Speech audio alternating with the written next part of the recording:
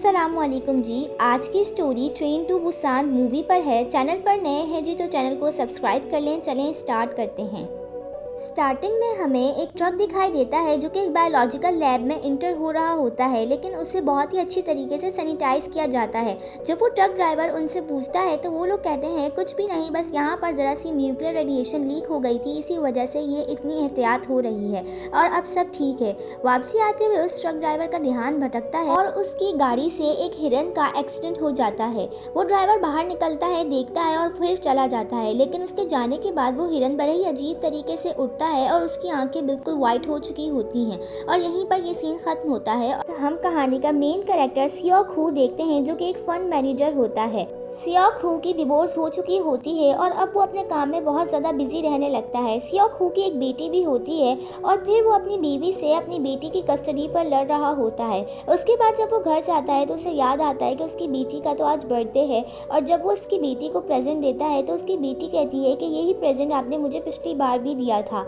इस बार मुझे कुछ नहीं, बस मामा से मिलना है, बुसान जाना है। आज स्वैन का बर्थडे भी था और उसके स्कूल में एक फंक्शन भी था जिसमें उसके फादर को आना था और स्वैन ने एक गाना गाना था, लेकिन उसका फादर वहाँ भी नहीं आया था। इसीलिए उसके फादर को इसकी बात माननी पड़ी और वो अपनी बेटी को उसकी माँ से मिलवाने के लिए बुसान जाने के लिए ट्रेन में बैठ गया। इस ट्रेन में हाई स्कूल के कुछ स्टूडेंट्स की बेसबॉल टीम भी होती है और ट्रेन में दो बूढ़ी बहनें भी होती हैं जो कि एक दूसरे से बहुत प्यार करती हैं। और वहीं पर एक होमलेस इंसान भी ट्रेन में चढ़ जाता है और जब उससे टिकट पूछते हैं तो वो कहता है कि सब मारे जाएंगे और बहुत डरा हुआ होता है, इसीलिए वो लोग उसे छोड़ देते हैं। और वहीं पर हमें सांग हू नामी एक और कैरेक्टर दिखाई देता है जो कि अपनी वाइफ के साथ ट्रेन में बैठा हुआ होता है और कहीं जा रहा होता है और वो अपनी वाइफ से बहुत ही ज़्यादा प्यार करता है। यहीं पर ट्रेन के जाने का वक्त हो जाता है और जैसे ही ट्रेन चलने वाली होती है उसमें एक ज़ख्मी लड़की एंटर हो जाती है जिसकी टांग पर चोट लगी हुई होती है। जब वो लड़की वहाँ पर गिर जाती है तो वहाँ पर ट्रेन की हॉस्टेस आकर उसकी मदद करती है और उससे पूछती है कि आपको क्या हुआ और मदद के लिए लोगों को बुलाती है। वहीं पर हम देखते हैं कि टीवी पे एक अजीब सी न्यूज़ चल रही होती है जिसमें बहुत सारे ज़ॉम्बीज़ होते हैं। सब लोग पहले तो हैरान हो जाते हैं और समझते हैं कि ये किसी किस्म का प्रैंक है, लेकिन फिर वहीं पर वो लड़की जो कि ज़ख्मी थी उस हॉस्टेस को बहुत ही बुरे तरीके से काट देती है और वहाँ से भागकर दूसरे लोगों को भी काटने लगती है। सबसे पहले तो वो उसी हाई स्कूल के सेक्शन में जाती है और बहुत सारे लोगों को काट लेती है। वो जिन जिन लोगों को काट रही होती है वो लोग भी ज़ॉम्बी बन रहे होते हैं, वो भी बहुत ही ज़्यादा जल्दी, और इसी तरीके से ट्रेन में एक किस्म का पैनिक पैदा हो जाता है।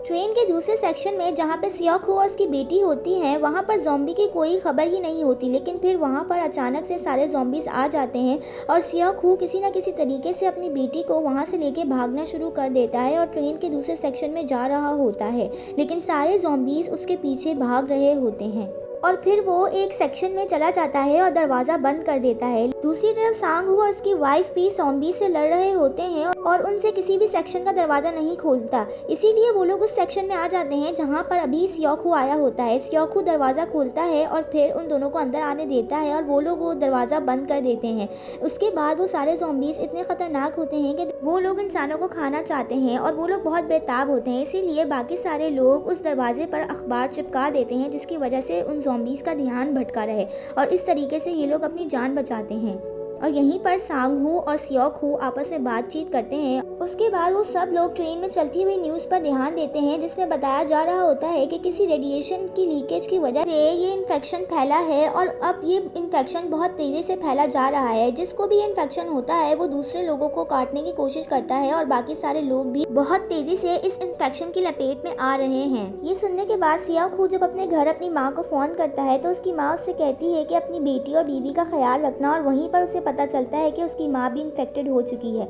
जब इन लोगों की ट्रेन स्टेशन पर रुकती है, जिस स्टेशन पर इन लोगों को रुकना होता है, तो वो लोग देखते हैं कि वहाँ पर बहुत ही ज़्यादा ज़ॉम्बीज़ हैं, इसीलिए ट्रेन इस स्टेशन पर नहीं रुकती बल्कि चलती ही चली जा रही होती है और थोड़ी सी ही देर में पूरी दुनिया में तबाही हो चुकी होती है और अब हर शख्स खौफ में मुब्तला होता है। यहीं पर सियोक हू को पता चलता है कि वो रेडिएशन और किसी की कंपनी से नहीं बल्कि किसी की कंपनी की गलती की वजह से लीक हुई है जिसमें सियोक हू काम कर रहा होता है। ये सुनने के बाद सियोक हू बहुत ही ज़्यादा गिल्ट में होता है कि उसकी कंपनी की वजह से ये रेडिएशन लीक हो गई और बहुत सारे लोग मुतासिर हो रहे हैं। यहीं पर इनकी ट्रेन एक स्टेशन पर रुकती है जहाँ पर इन्हें कोई भी नज़र नहीं आता। जब इन लोगों को सब कुछ सेफ लग रहा होता है तो ये लोग उस ट्रेन से उतरते हैं और आहिस्ता आहिस्ता वहाँ से निकल रहे होते हैं। सब लोग डरे हुए तो होते हैं लेकिन फिर भी इन्हें अपनी जान तो बचानी ही होती है। और फिर ये लोग बाकी ट्रेन्स देखते हैं तो वो सब ज़ॉम्बीज़ से भरी हुई होती हैं लेकिन वो बंद होती हैं, इसलिए ये लोग सेव होते हैं। वहीं पर एक खुदगर्ज आदमी होता है जो कि किसी बड़े लेवल पर होता है। वो ट्रेन के ड्राइवर को कहता है कि तुम्हें किसी ना किसी तरीके से एक बड़ी सी ट्रेन को यहाँ से लेकर जाना होगा और हम सबको बचाना होगा, क्योंकि उस आदमी को फ़ोन आया होता है कि कौन सा एरिया सेव है। और यहीं पर सैंग दूसरी तरफ सब लोग स्टेशन से निकलकर जा रहे होते हैं और यहीं पर सियोक हू अपनी बेटी को लेकर किसी और ही तरफ जा रहा होता है, क्योंकि उसे फ़ोन आया होता है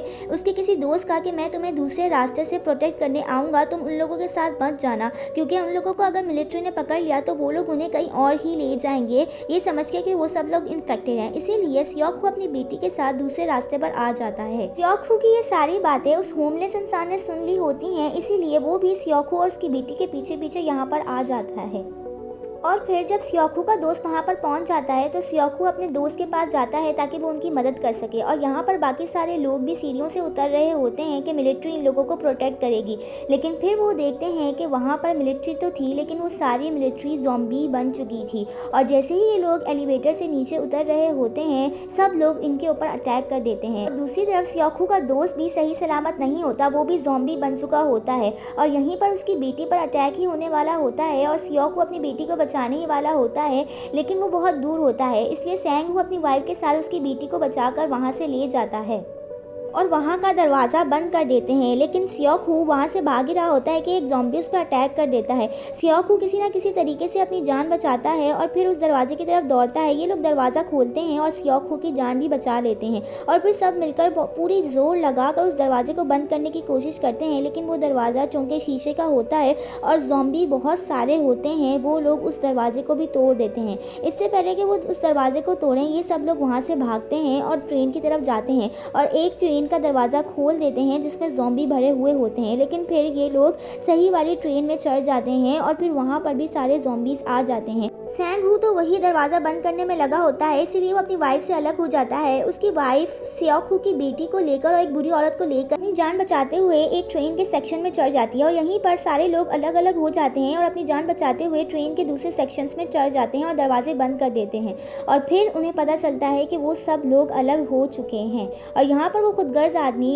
उन सबको कहता है कि तुम्हें ट्रेन चलाना ही होगा और बाकी लोग उसको मना करते हैं कि अभी कुछ लोग बचे हैं, वो सब इस ट्रेन में चढ़ जाएंगे तो फिर हम इस ट्रेन को चला लेंगे। लेकिन वो खुदगर्ज आदमी बहुत ही ज़्यादा जोर देता है, इसीलिए उन लोगों को वो ट्रेन चलानी पड़ती है। और यहाँ पर सियोक हू और सैंग हू जो कि उस दरवाजे को बंद करने की कोशिश में लगे होते हैं फ़ौरन से भागते हैं और उस ट्रेन की तरफ जा रहे होते हैं, लेकिन फिर रात और किसी न किसी तरीके से उस चलती हुई ट्रेन में चढ़ ही जाते हैं, लेकिन वो भी ट्रेन के दूसरे ही सेक्शन में चढ़े हुए होते हैं। यहाँ स्वैन और सैंग हू की वाइफ जिस सेक्शन में होती हैं उन लोगों को पता चलता है कि वो पूरा सेक्शन ज़ॉम्बीज़ से भरा हुआ है, इसीलिए ये लोग उस सेक्शन के बाथरूम में अपने आप को छुपा लेते हैं। फिर वहाँ पर एक हाई स्कूल की लड़की को उसके फ्रेंड का फ़ोन आता है जो कि सैंग हुक और सियोक हुक के साथ होता है और बताता है कि हम लोग सेव हैं। वो लड़की बहुत खुश होती है और अपने उस फ्रेंड को बताती है कि हम लोग कंपार्टमेंट नंबर 15 में हैं और तुम जल्दी से अपनी जान बचाकर इसी कंपार्टमेंट में आ जाओ। यहाँ पर सियोक हुक अपनी बेटी को फ़ोन करता है लेकिन कोई रिस्पॉन्स नहीं होता, लेकिन सैंग हुक अपनी वाइफ से कॉन्टैक्ट कर लेता है, जहाँ पर उसकी वाइफ उसको बताती है कि वो कंपार्टमेंट नंबर 13 में है और वॉशरूम में छुपी हुई है क्योंकि उनका कंपार्टमेंट पूरी तरीके से ज़ॉम्बी से भरा हुआ है। सियोक हुक और सैंग हुक बहुत ज़्यादा डर जाते हैं, लेकिन फिर वहीं पर वो हाई स्कूल स्टूडेंट इन दोनों को बताता है कि बचे हुए लोग कंपार्टमेंट नंबर 15 में हैं और हमें वहीं पर जाना चाहिए। और फिर सियोक हुक और सैंग हुक को पता चलता है कि ये लोग कंपार्टमेंट नंबर 9 में हैं। और फिर सैंग हुक सियोक हुक उस हाई स्कूल स्टूडेंट के साथ प्लान बनाते हैं कि हमें कंपार्टमेंट 9 से निकल के 13 में जाना होगा और फिर उन लोगों को बचाते हुए कंपार्टमेंट नंबर 15 में जाके बाकी लोगों के साथ जाना होगा। लेकिन ये सफ़र कोई आसान नहीं, बहुत ही मुश्किल सफ़र था क्योंकि कंपार्टमेंट 9 से 13 में ज़ॉम्बीज़ तीनों किसी तरीके से कंपार्टमेंट 10 को पार कर लेते हैं। और फिर जब ये लोग कंपार्टमेंट 11 में आते हैं तो वहाँ पर ज़ॉम्बीज़ तो होते हैं लेकिन वो सारे हाई स्कूल स्टूडेंट होते हैं, इसीलिए सैंग हुक और सियोक हुक के साथ जो स्टूडेंट होता है वो डर जाता है। लेकिन फिर ये तीनों किसी न किसी तरीके से हिम्मत करके इन सब ज़ॉम्बीज़ से लड़ते हुए कंपार्टमेंट 11 को भी पार करने वाले ही होते हैं कि इनकी ट्रेन एक टनल से गुजरती है और सारे ज़ॉम्बीज़ अजीब सा बिहेवियर करते हैं, यानी कि वो लोग इन लोगों पर अटैक नहीं करते जैसे कि उन लोगों को ये नज़र ही ना आ रहे हों। इसीलिए ये लोग बड़े ही आराम से कंपार्टमेंट 11 को आराम से पार कर लेते हैं और जैसे ही रोशनी आती है वो सारे ज़ॉम्बीज़ एक्टिव हो जाते हैं और उनकी तरफ हमला करते हैं, लेकिन तब तक ये लोग कंपार्टमेंट 11 पार कर चुके होते हैं। अब इन लोगों को सिर्फ कंपार्टमेंट 12 पार करना होता है क्योंकि 13 में वो बचे हुए लोग होते हैं। और फिर ये लोग एक प्लान बनाते हैं कि अभी यहीं पास ही में एक टनल आएगा, जब ट्रेन उस टनल से गुजरेगी तो भी हम कंपार्टमेंट 12 को आराम से पार कर लेंगे। और ये लोग ऐसा ही करते हैं। जब ट्रेन टनल से गुजरती है तो ये लोग कंपार्टमेंट 12 में एंटर होते हैं, लेकिन वहाँ पर सारे ज़ॉम्बीज़ कंपार्टमेंट 13 के दरवाजे पे अट्रैक्ट होते हैं और इन्हें तो दरवाज़ा खोलकर वहाँ से जाना होता है। इसीलिए सियोक हुक अपना फ़ोन दूसरी तरफ फेंकता है और सैंग हुक के फ़ोन से फ़ोन करता है, जिससे टून बजती है और सारे ज़ॉम्बीज़ उस दरवाजे से डिस्ट्रैक्ट होकर स्पॉन की तरफ आते हैं। और फिर ये लोग ट्रेन के लगेज वाले हिस्से में क्रॉलिंग करके दरवाजे तक पहुँचते हैं और कंपार्टमेंट 13 में एंटर होते हैं। कंपार्टमेंट 13 में स्वैन और सैंग हुक की बीवी उन दोनों को देखकर बहुत खुश होते हैं और वो सब लोग बहुत खुश होते हैं, लेकिन अचानक से टनल ख़त्म हो जाता है और रोशनी हो जाती है, जहाँ पर सारे ज़ॉम्बीज़ दोबारा से अट्रैक्ट हो जाते हैं। लेकिन फिर वो सब लोग उसी वॉशरूम में दोबारा से छुप जाते हैं। वहाँ पर सैंग हुक, सियोक हुक, वो हाई स्कूल स्टूडेंट, सैंग हुक की वाइफ स्वैन और वो होमलेस इंसान होता है और ये लोग अगले टनल के आने का इंतज़ार करते हैं। और यहीं पर ये हाई स्कूल स्टूडेंट की फ्रेंड सबको बताती है कि मेरे फ्रेंड कंपार्टमेंट 13 में हैं और फिर वो लोग यहाँ पर आ जाएंगे, हमें उनके लिए दरवाज़ा खोलना होगा। लेकिन फिर वही खुदगर्ज इंसान सबको कहता है कि वो लोग कंपार्टमेंट 13 से यहाँ पर कैसे आएंगे, वो लोग तो इन्फेक्टेड हो चुके होंगे और हम लोगों की जान भी खतरे में पड़ जाएगी, इसीलिए हम लोग दरवाज़ा नहीं खोलेंगे। और वो अपनी बातों से सबको कन्विंस कर ही लेता है। और यहाँ पर जब दोबारा से टनल आता है तो सैंग हुक और सियोक हुक सबको लेकर वापस से उसी तरीके से क्रॉलिंग कर दूसरी तरफ जा रहे होते हैं, लेकिन गलती से वो होमलेस इंसान वहाँ पर गिर जाता है। ये लोग दूसरे दरवाजे पर पहुँच तो जाते हैं, लेकिन सियोक हुक और वो होमलेस इंसान वहीं पर होते हैं और टनल खत्म हो जाता है। ये लोग किसी न किसी तरीके से वहाँ से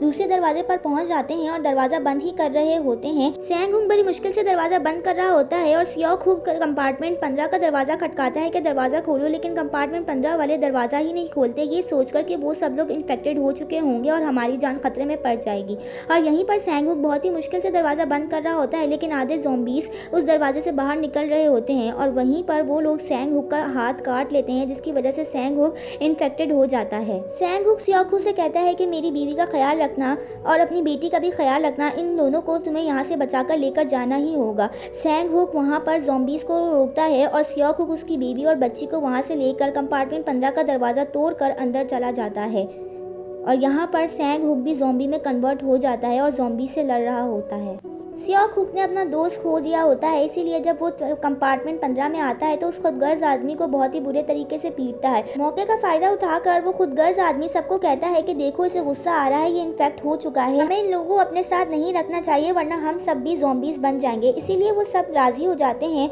और इन बचे हुए लोगों को कंपार्टमेंट 16 में जाने का कहते हैं। सियोक हुक अपनी बेटी, सैंग हुक की वाइफ, वो होमलेस इंसान और वो हाई स्कूल स्टूडेंट को लेकर कंपार्टमेंट 16 में चला जाता है और वो लोग कंपार्टमेंट 16 का दरवाज़ा बहुत ही कसकर बंद कर देते हैं। दूसरी तरफ हमें एक बूढ़ी औरत दिखाई देती है जो अपनी बहन से बहुत प्यार करती है, लेकिन उसकी बहन अब ज़ॉम्बी बन चुकी होती है और दरवाजे के पार होती है और वो बूढ़ी औरत इमोशनल होकर वो दरवाज़ा खोल देती है, जिसकी वजह से कंपार्टमेंट 15 में भी सारे ज़ॉम्बीज़ आ जाते हैं और सारे सही लोग भी ज़ॉम्बीज़ बन जाते हैं। अब वही लोग सही होते हैं जो कि कंपार्टमेंट 16 में बचे हुए होते हैं। अब जिस ट्रैक पर इनकी ट्रेन चल रही होती है वो आगे से टूटी हुई होती है, इसीलिए ट्रेन का ड्राइवर सबसे कहता है कि मैं ये ट्रेन छोड़कर दूसरी ट्रेन में जा रहा हूँ, जो लोग बचे हुए हैं वो उस ट्रेन में आ जाएं। ये कहकर वो ड्राइवर उस ट्रेन से उतरता है और भागकर दूसरी ट्रेन में चला जाता है। यहीं पर हमें पता चलता है कि कंपार्टमेंट 15 में भी 2 लोग बचे हुए हैं, जिसमें वो एक खुदगर्ज इंसान है और एक और आदमी है जो कि उस कंपार्टमेंट के वॉशरूम में छुपे हुए होते हैं। किसी न किसी तरीके से उस खुदगर्ज इंसान को वहाँ से निकलना होता है, इसीलिए वो दूसरे आदमी को कहता है कि तुम दरवाज़ा खोलो और फिर हम लोग देखेंगे, और उस आदमी को वो धक्का दे देता है और वहाँ से भागकर निकल जाता है।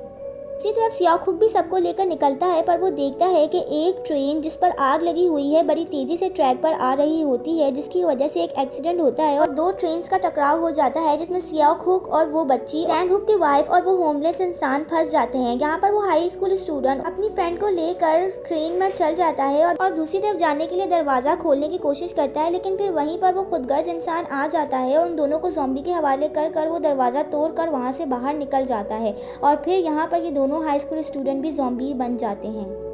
दूसरी तरफ ट्रेन के एक्सीडेंट में सियोक-हुक बेहोश हो जाता है और उसकी बेटी उसे उठा रही होती है। हम देखते हैं कि वो ट्रेन ड्राइवर बाकी लोगों का इंतजार कर रहा होता है, लेकिन जब वो उस खुदगर्ज आदमी को आते हुए देख रहा होता है तो उसके पीछे बहुत सारे ज़ॉम्बीज़ होते हैं, इसीलिए वो उन्हें बचाने के लिए आता है। लेकिन फिर जब वो उन्हें बचा रहा होता है तो खुदगर्ज आदमी वहाँ से भाग जाता है और उस ट्रेन ड्राइवर को उन ज़ॉम्बीज़ के हवाले कर खुद ट्रेन में चढ़कर बैठ जाता है और ट्रेन स्टार्ट कर देता है। दूसरी तरफ जब सियोक-हुक उठता है तो देखता है जो ट्रेन उस पर गिरी हुई होती है उसमें पूरे ज़ॉम्बीज़ भरे हुए होते हैं और वो उस ट्रेन का शीशा बस तोड़ने ही वाले होते हैं। लेकिन सियोक-हुक किसी न किसी तरीके से वहाँ से निकलने का रास्ता ढूंढ लेता है और अपनी बेटी और उस औरत को वहाँ से निकाल रहा होता है, लेकिन बहुत ही ज़्यादा मुश्किल होता है और वहाँ पर कुछ ज़ॉम्बीज़ भी आ जाते हैं। इसीलिए वो होमलेस इंसान उन ज़ॉम्बीज़ को रोकता है और उस बच्ची और उस औरत की जान बचा लेता है और सियोक-हुक अपनी बेटी को गोद में लेकर उस औरत को वहाँ से लेकर ट्रेन की तरफ भाग रहा होता है। लेकिन फिर वहीं पर सारे ज़ॉम्बीज़ जो भी स्टेशन पर होते हैं वो सब आ जाते हैं। बहुत मुश्किलों के बाद सियोक-हुक ट्रेन को पकड़ लेता है, अपनी बेटी और बीवी को उसमें बिठाता है और ट्रेन पर चढ़ जाता है। लेकिन वो सारे ज़ॉम्बीज़ ट्रेन को पकड़कर एक चेन बना लेते हैं, लेकिन फिर भी सियोक-हुक उन सारे ज़ॉम्बीज़ से छुटकारा पाता है और फिर जब ट्रेन के अंदर एंटर होता है और दरवाज़ा खोलता है तो वहाँ पर वो खुदगर्ज इंसान होता है जो कि खुद भी इन्फेक्टेड हो चुका होता है। अभी वो पूरी तरीके से ज़ॉम्बी नहीं बना होता, इसीलिए उसके होशो-हवास कायम होते हैं और वो सियोक-हुक से कहता है अगर मैं ज़िंदा नहीं बचूंगा तो कोई भी ज़िंदा नहीं बचेगा, मैं तुम्हें भी ज़ॉम्बी बना दूंगा। और वो सियोक-हुक को काटने के लिए कोशिश करता है। यहाँ पर सियोक-हुक और उस खुदगर्ज आदमी की लड़ाई हो रही होती है, लेकिन इनकी लड़ाई के दौरान ही वो खुदगर्ज आदमी सियोक-हुक को काट लेता है, जिसकी वजह से सियोक-हुक भी इन्फेक्टेड हो जाता है। लेकिन वो किसी तरह से उस खुदगर्ज आदमी को ट्रेन से नीचे गिरा देता है और फिर खुद ट्रेन पर चढ़कर उस केबिन में जाता है और अपनी बेटी से बात करता है और उससे कहता है कि तुम अपनी मामा के पास जाना और वहाँ पर रहना, तुम बहुत खुश रहोगी। उसकी बेटी को पता होता है कि उसका बाप मरने वाला है और वो अपने पापा से कहती है कि आप मत जाएं, लेकिन फिर उसका पापा कहता है कि बेटा अब तुम्हें अकेले ही रहना होगा, अपनी मामा के साथ हमेशा खुश रहना और एक अच्छी बच्ची बनकर रहना। और फिर वो उस केबिन से निकलकर बाहर आता है, थोड़ा सा रोता है और बहुत ही ज़्यादा इमोशनल भी होता है और फिर उसे कुछ फ्लैशबैक्स याद आते हैं अपनी ज़िंदगी के हैप्पी मोमेंट्स और वो खुश होकर ट्रेन से जंप कर देता है और फिर वो वहीं पर ख़त्म हो जाता है। यहाँ पर उसकी बेटी बहुत ज़्यादा रोती है और फिर एक मोमेंट आता है जब वो ट्रेन रुक जाती है और ट्रैक ख़त्म हो जाता है। वो औरत उस बच्ची को लेकर एक टनल में से गुजर रही होती है और कुछ ही दूर पर मिलिट्री भी होती है। टनल में अंधेरे की वजह से सोल्जर्स को नहीं पता होता कि वो ज़ॉम्बीज़ हैं या इंसान है, इसीलिए वो बस गोली चलाने ही वाले होते हैं कि वो बच्ची पोयम पढ़ना शुरू कर देती है, जिसकी वजह से सोल्जर्स को पता चलता है कि वो इंसान है और सारे सोल्जर्स जाके उन दोनों को रेस्क्यू करते हैं और उन्हें वहाँ से बचा कर ले जाते हैं और यहीं पर इस मूवी का एंड होता है। वीडियो अच्छी लगी हो तो चैनल को सब्सक्राइब कर दें, लाइक कर दें, शेयर कर दें एंड कॉमेंट कर दें। Thank you so much. अल्लाह हाफ़िज़।